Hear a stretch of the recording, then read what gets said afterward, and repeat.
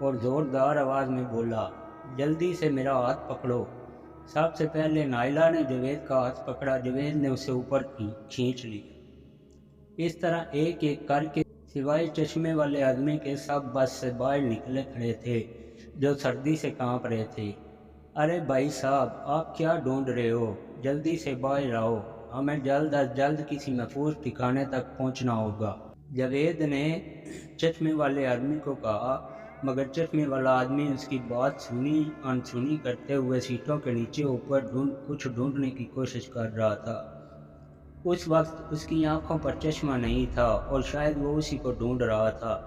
جاوید واپس جانے کے لیے مڑا ہی تھا کہ اس آدمی کی خوشی سے بھرپور آواز آئی، مل گیا مل گیا۔ جاوید نے مڑ کر دیکھا تو اسے اس آدمی پر بہت غصہ آیا جو چشمہ آنکھوں پر چڑھائے اس کی چین گلے میں ڈال رہا تھا۔ اتنی خطرناک صورتحال میں بھی اسے اس چشمے کی پڑی ہوئی ہے، جاوید دانت پیستے ہوئے بڑبڑایا۔ اس کا دل تو کر رہا تھا کہ اس آدمی کو یہی چھوڑ کر سب کے ساتھ چلا جائے، مگر پھر انسانی ہمدردی کے تحت اس نے اپنا ہاتھ اس کی طرف بڑھایا جو اس آدمی نے بلا جھجک پکڑ لیا اور بس سے باہر آ گیا۔ نائلہ اور اس کے ساتھ جو نوجوان تھا ایک دوسرے کا ہاتھ پکڑے جنگل میں آگے بڑھنے لگے۔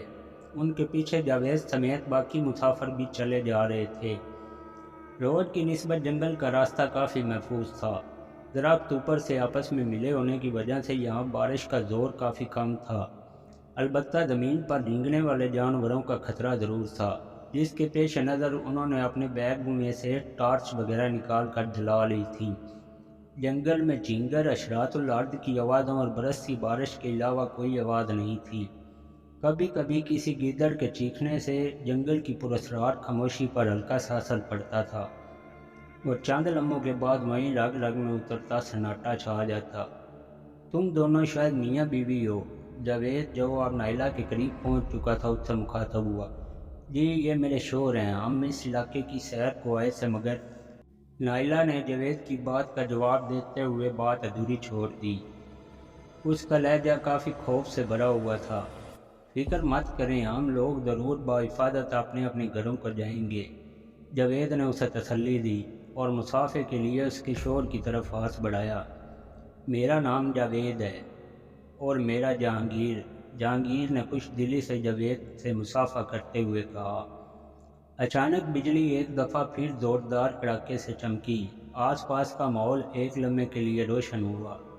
میں نے دائیں طرف روڈ کے کنارے کچھ سیڑھیاں دیکھی ہیں، شاید وہاں کوئی پناہ گاہ ہے، اچانک پیچھے آتے چشمے والے آدمی نے چیختے ہوئے کہا، اور سب اس کی طرف متوجہ ہو گئے۔ اس نے چشمہ ابھی تک آنکھوں پر لگایا ہوا تھا۔ اس کو دیکھ کر جاوید نے ناک چڑھائی اور منہ کو دوسری طرف پھیر لیا۔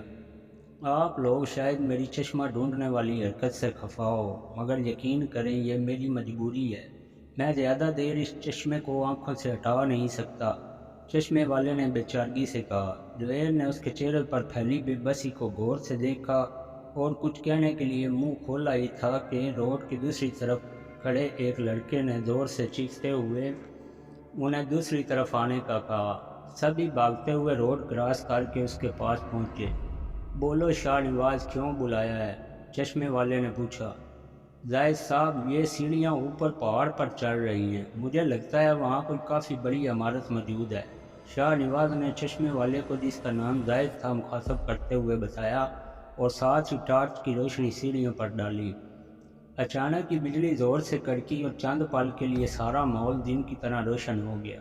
تمام لوگوں نے دیکھا شاہ نواز واقعی سچ بول رہا تھا۔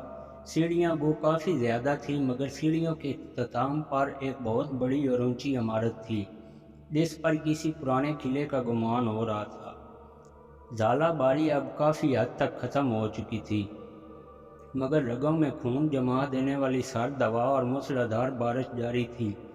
سب لوگ سردی سے تقریباً کانپ رہے تھے۔ چلو جلدی، شاید اوپر کوئی مدد مل جائے، جاوید نے چیختے ہوئے کہا اور خود بھی تقریباً بھاگتے ہوئے سیڑھیاں چڑھنے لگا۔ جاوید کے آگے بڑھتے ہی باقی بھی اس کے پیچھے ہو لیے۔ 10-15 منٹ کی جدوجہد کے بعد وہ اس قلعے کے دروازے پر موجود تھے۔ جاوید اپنی سانسوں کو درست کرتا ہوا آگے بڑھا اور قلعے کے دروازے کا جائزہ لینے لگا۔ یہ ایک بڑا سا فولادی دروازہ تھا جس پر کسی قسم کی اطلاعی گھنٹی موجود نہیں تھی۔ یہ دروازہ ایسے بنا ہوا تھا جیسے دیوار میں فکس کر دیا گیا ہو۔ تمام لوگ اپنی اپنی ٹارچ سے دروازے کا تفصیلی جائزہ لے رہے تھے۔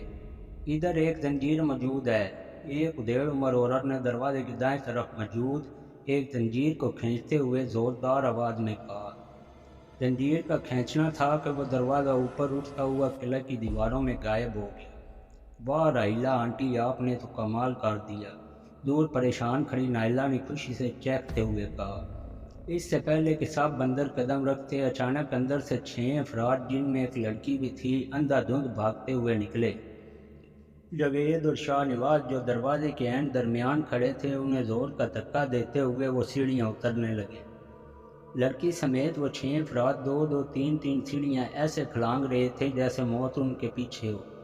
جاوید نے انہیں پیچھے سے آوازیں بھی دیں مگر وہ انسنی کرتے ہوئے چند ہی منٹوں میں تمام سیڑھیاں اتر کر جنگل میں روپوش ہو چکے تھے۔ پاگل انسان، اتنا خطرناک موسم ہے اور یہ لوگ اس محفوظ پناہ گاہ کو چھوڑ کر باہر چلے گئے ہیں، راحیلہ نے تقریباً بڑبڑاتے ہوئے کہا۔ ہمیں کیا، ہم اندر چلتے ہیں، نائلہ جو راحیلہ کے پاس کھڑی تھی اس کی بڑبڑاہٹ سننے کے بعد کہا اور قدم اندر کی طرف بڑھا دیے۔ اس کی دیکھا دیکھی سب لوگ اندر آ گئے۔ ان کے اندر آتے ہی قلعے کا دروازہ زوردار گڑگڑاہٹ سے بند ہو گیا۔ وہ سب ایک لمحے کو ٹھٹکے مگر پھر سر کو جھٹک کر قدم آگے بڑھا دیے۔ قلعے کا آغاز ایک لمبی راہداری سے ہو رہا تھا، اس کے اختتام پر روشنی نظر آ رہی تھی۔ وہ سب لمبے لمبے ڈگ بھرتے راہداری عبور کرنے لگے۔ راہداری کے دونوں طرف جیل نما کمرے بنے ہوئے تھے جن میں تشدد کے آلات دیواروں پر لٹکے واضح نظر آ رہے تھے۔ نائلہ نے جھرجھری سی لی تو جہانگیر نے اس کے ہاتھ سے ٹارچ پکڑ کر بند کر دی۔ تھوڑی دیر میں وہ قلعے کے وسیع ہال میں پہنچ چکے تھے۔ قلعے میں پھیلی روشنی قلعے کی دیواروں، چھت اور فرش پر لگے پتھروں سے پھوٹ رہی تھی۔ ہال کے عین درمیان ایک 12 دری نما چبوترا بنا ہوا تھا جس پر دبیز قالین اور گاؤ تکیہ رکھا ہوا تھا۔ قلعے کی چھت کے ساتھ تھوڑے تھوڑے فاصلے پر فانوس لٹکے ہوئے تھے۔ دیواروں میں موجود پتھروں سے آنکھوں کو چندیانے والی روشنی نکل رہی تھی۔ دائیں سائیڈ پر ایک سٹور روم تھا جس کے ساتھ ہی آتش دان بنا ہوا تھا جس میں آگ تقریباً سرد پڑ چکی تھی۔ بجلی کی کڑک اور بادلوں کی گنگرج اب بھی سنائی دے رہی تھی۔ جہانگیر نے سٹور روم کا دروازہ کھولا۔ سٹور کافی بڑا تھا جو صرف جلنے والی لکڑی سے بھرا ہوا تھا۔ جہانگیر اور جاوید نے چند لکڑیاں نکال کر آتش دان روشن کر دیا تھا۔ اب سبھی لوگ آتش دان کے اطراف میں بیٹھے آگ تاپ رہے تھے۔ شاہ نواز، ذرا ٹائم بچانا، لگتا ہے پانی پڑنے کی وجہ سے میری گھڑی بند ہو چکی ہے، جہانگیر نے اپنی ریسٹ واچ پر نظر ڈالتے ہوئے کہا۔ میری گھڑی بھی رک چکی ہے، شاہ نواز نے اپنی گھڑی پر نظریں جماتے ہوئے کہا، اور تھوڑی دیر بعد سب اپنی اپنی گھڑیوں پر وقت دیکھ چکے تھے۔ سب گھڑیاں بند تھیں اور حیرت کی بات یہ تھی کہ ایک ہی وقت پر سب کی گھڑیاں رک چکی تھیں۔ مجھے ذرا واش روم استعمال کرنا ہے، زاہد نے اپنے چشمے کو آنکھوں پہ جماتے ہوئے کہا اور سائڈ پر بنے واش روم کی طرف قدم بڑھا دیے۔ عجیب آدمی ہے، ہر وقت سیاہ چشمہ لگائے رکھتا ہے، راحیلہ نے دھیمی سرگوشی کی۔ کہہ رہا تھا میری مجبوری ہے، ہو سکتا ہے اس کی آنکھیں دکھتی ہوں یا پھر چشمے کے بغیر بری لگتی ہوں، جاوید نے بھی سرگوشی کی۔ کچھ بھی ہو، ہمیں کیا، آج کی رات سکون سے گزر جائے پھر وہ اپنے گھر چلے جائے گا اور ہم اپنے گھر۔ ایک چھوٹے قد والے نوجوان نے پہلی دفعہ بات کی، وہ شروع سے ہی خاموش تھا۔ شکر ہے ندیم بھائی آپ نے بھی کوئی بات کی، نائلہ نے کہکا لگایا۔ اچانک ہی واش روم سے زاہد کی چیخوں کی آوازیں آنا شروع ہو گئیں۔ پہلے تو سب بھی کچھ نہ سمجھنے والے انداز میں ایک دوسرے کو دیکھتے رہے، پھر سب سے پہلے جاوید اپنی جگہ سے اچھلا اور واش روم کے دروازے کو زور سے دھکا دیا، مگر دروازہ اندر سے بند تھا۔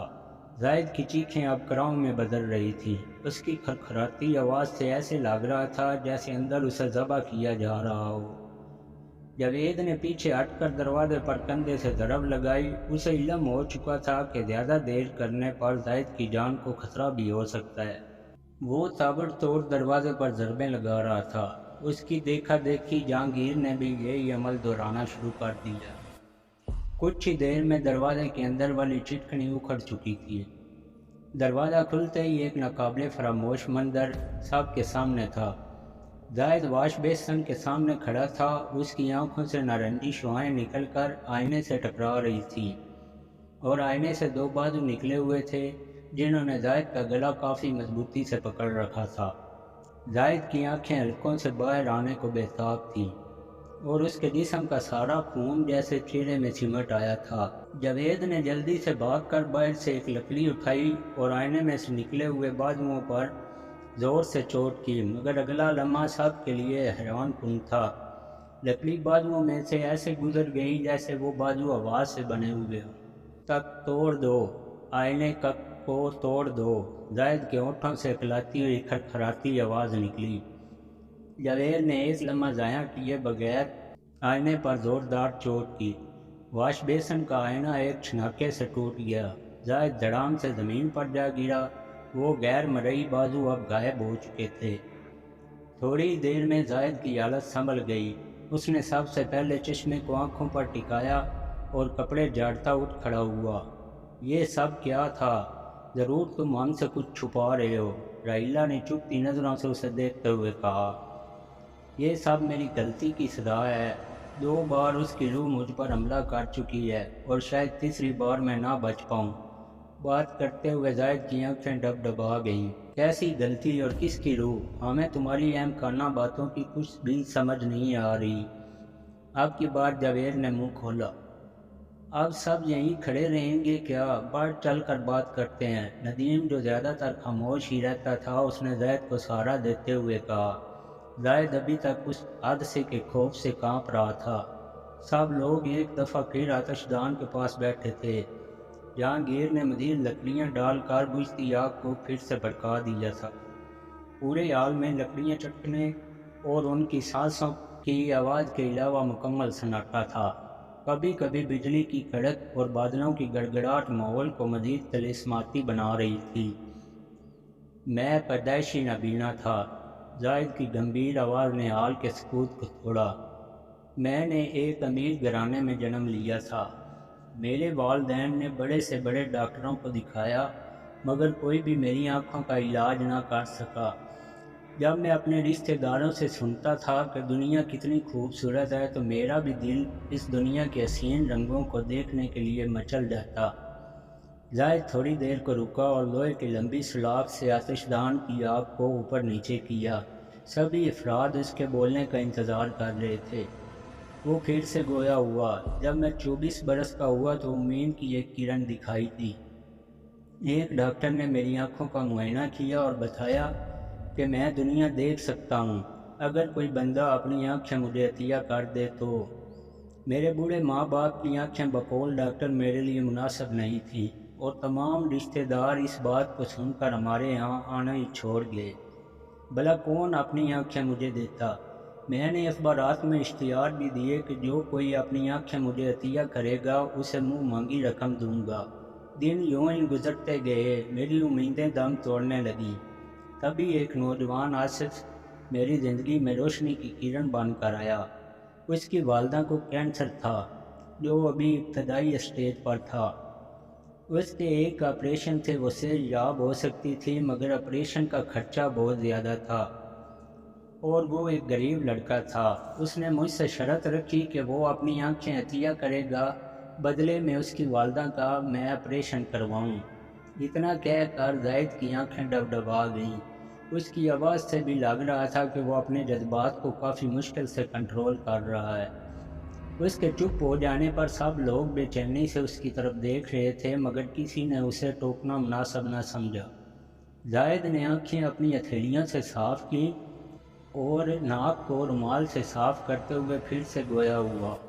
میرے لیے اس کی والدہ کا آپریشن کروانا معمولی سی بات تھی، مگر کہتے ہیں کہ انسان کو جب کوئی بڑی خوشی ملتی ہے تو وہ دوسروں کے دکھ کو بھول جاتا ہے۔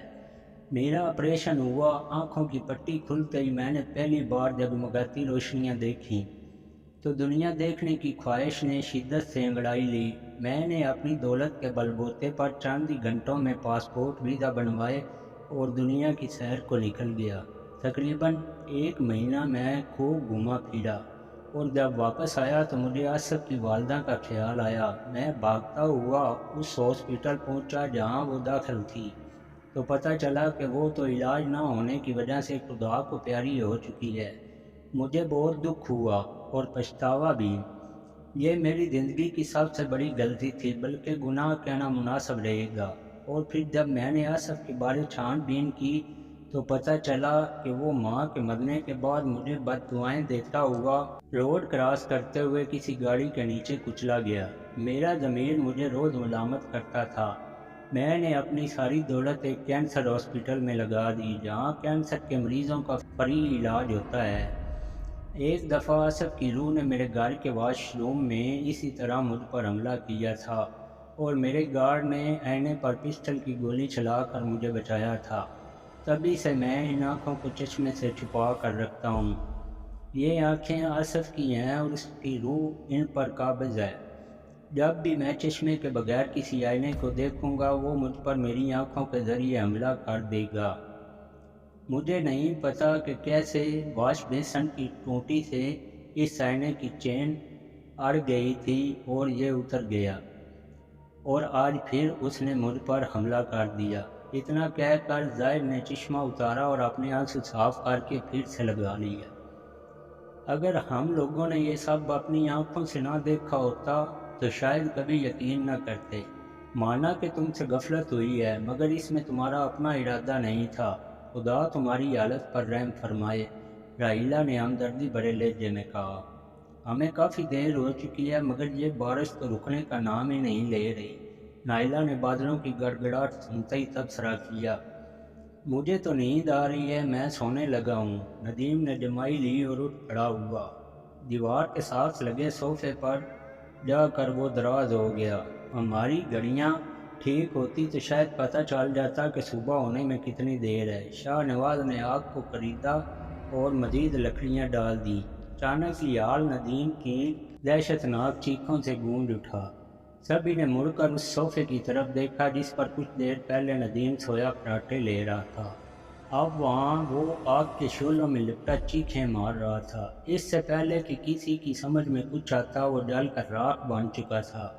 ایک ہوا کا جھونکا سا آیا اور صوفے پر پڑی راکھ کو اڑا کر روشن دان سے باہر نکل گیا۔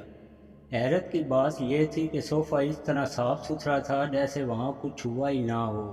یہ سب آنن فانن ہوا تھا۔ سب افراد کے منہ کھلے کے کھلے رہ گئے تھے۔ ان سب کے دماغ کچھ بھی سوچنے سمجھنے کی قوت سے قاصر ہو گئے تھے۔ اچانک جاوید اپنی جگہ سے اچھلا اور دوڑتا ہوا صوفے کے قریب پہنچا۔ آس پاس دیکھنے کے باوجود اسے کوئی ایسی چیز نظر نہ آئی جس سے وہ اندازہ لگا سکے کہ ندیم کو آگ کیسے لگی۔ یہ ایک مفوق الفطرت واقعہ تھا جس کی وجہ سے سبھی سہم سے گئے تھے۔ یہ سب کا کیا تھا؟ نائلہ بھی جیسے ابھی ابھی ہوش میں آئی تھی۔ ہمیں نہیں پتا، مگر جو بھی ہوا بہت برا ہوا۔ جہانگیر نے اس کے ہاتھوں کو پکڑ کر تسلی امیز انداز میں دباتے ہوئے جواب دیا۔ یہ جگہ ٹھیک نہیں ہے، ہمیں جلد از جلد یہاں سے نکلنا ہوگا، شاہ نواز نے گھبرا کر کہا۔ شاید جو لوگ ہم سے پہلے یہاں تھے وہ بھی ایسے حد سے اپنے اوپر جھیل چکے تھے، جاوید نے پرسوچ انداز میں کہا۔ ہاں، آپ سب نے دیکھا نہیں وہ کیسے بھاگے تھے، طوفانی بارش کا لحاظ بھی نہیں کیا تھا۔ راحیلہ بھی خوف سے کانپ رہی تھی۔ تو چلو پھر نکلتے ہیں۔ جہانگیر نے اپنا سامان اٹھایا اور قدم راہداری کی طرف بڑھا دیے۔ سب لوگ اس کے پیچھے ہو لیے۔ بڑے فولادی دروازے کے سامنے جا کر انہوں نے ٹارچیں جلا لیں، مگر یہ دیکھ کر ان کے حواس جواب دے گئے کہ دروازے کو اندر سے کھولنے کے لیے کسی قسم کی کوئی زنجیر نہیں تھی۔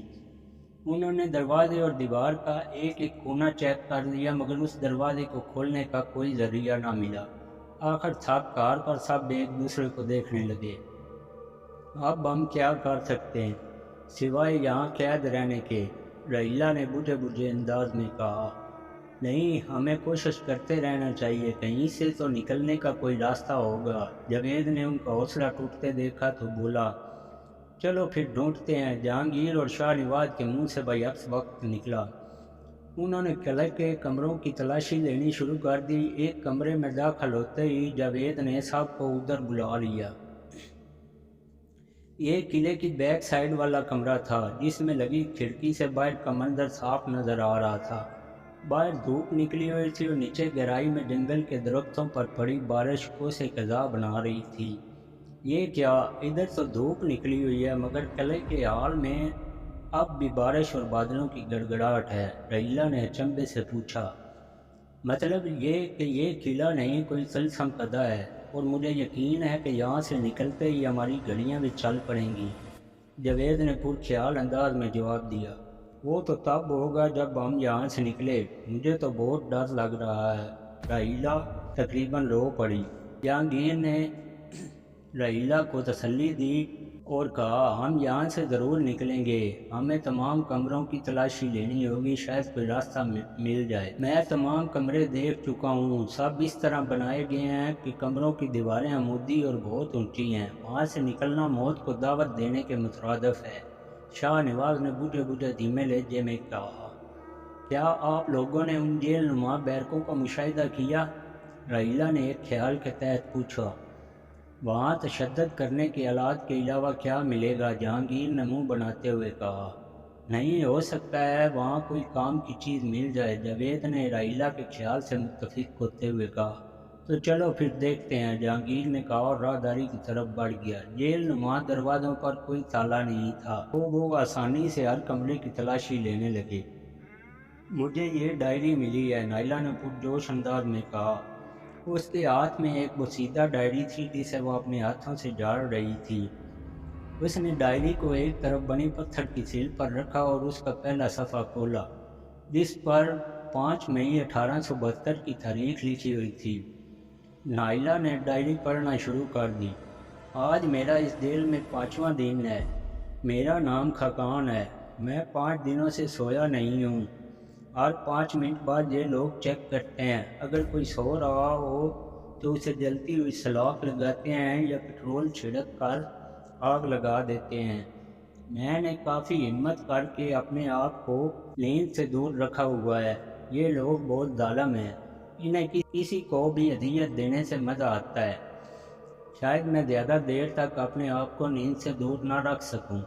اگلے 2 صفحے خالی تھے، پھر اس سے اگلے صفحے پر تحریر تھا۔ آج میرا جاگتے ہوئے 9واں دن ہے۔ کل ہلکی سی آنکھ جھپکی تھی جس کی وجہ سے ان لوگوں نے میری کمر پر جلتی سلاخ لگا دی تھی۔ مجھے اس کی اذیت اب بھی محسوس ہو رہی ہے۔ نائلہ نے ڈائری کا اگلا صفحہ پلٹا، ہر صفحے پر خاقان پر اذیتوں کی روداد لکھی ہوئی تھی۔ تقریباً 16 صفحات کے بعد ڈائری مکمل خالی تھی۔ بہت ہی عجیب لوگ تھے، نائلہ نے ایک جھرجھری سی لیتے ہوئے کہا۔ مگر 1872 کی اس ڈائری سے ہمیں کیا فائدہ ہوا؟ شاہ نواز نے اکتائے ہوئے انداز میں کہا۔ مجھے کچھ سمجھ آ رہا ہے۔ جاوید کی پیشانی پر شکنوں کا جال سا پھیل گیا تھا۔ کچھ ہمیں بھی بتاؤ، تم کیا سمجھے؟ رحیلہ نے اشتیاق بھرے لہجے میں کہا۔ زیادہ کچھ تو نہیں، مگر اتنا سمجھا ہوں کہ ندیم کی موت کا سبب بھی اس کی نیند تھی، اگر وہ نہ سوتا تو بچ سکتا تھا۔ جاوید نے اسی طرح کچھ سوچتے ہوئے کہا، تو اس کا مطلب ہے ہم میں سے بھی کوئی سویا تو مر جائے گا؟ شاہ نواز نے سہمے ہوئے لہجے میں پوچھا۔ ہو سکتا ہے میرا خیال غلط ہو، مگر جب تک ہم یہاں سے نکل نہیں جاتے ہمیں جاگتا رہنا ہوگا۔ جاوید اسے ڈرانا نہیں چاہتا تھا، اس لیے اسے تسلی دی۔ پھر وہ سب مل کر تمام ممکن کوشش کر چکے تھے مگر انہیں یہاں سے نکلنے کا کوئی راستہ نہیں ملا۔ وہ سب پھر سے آتش دان کے پاس بیٹھ گئے۔ کافی دیر کی خاموشی کے بعد زاہد بولا، میں اب اور نہیں جاگ سکتا، مجھے کچھ دیر کے لیے سونا پڑے گا۔ آپ پاگل تو نہیں ہوگے؟ کیا آپ نے ندیم کا اشر نہیں دیکھا؟ نائلہ نے حیرانگی سے زاہد کو دیکھا۔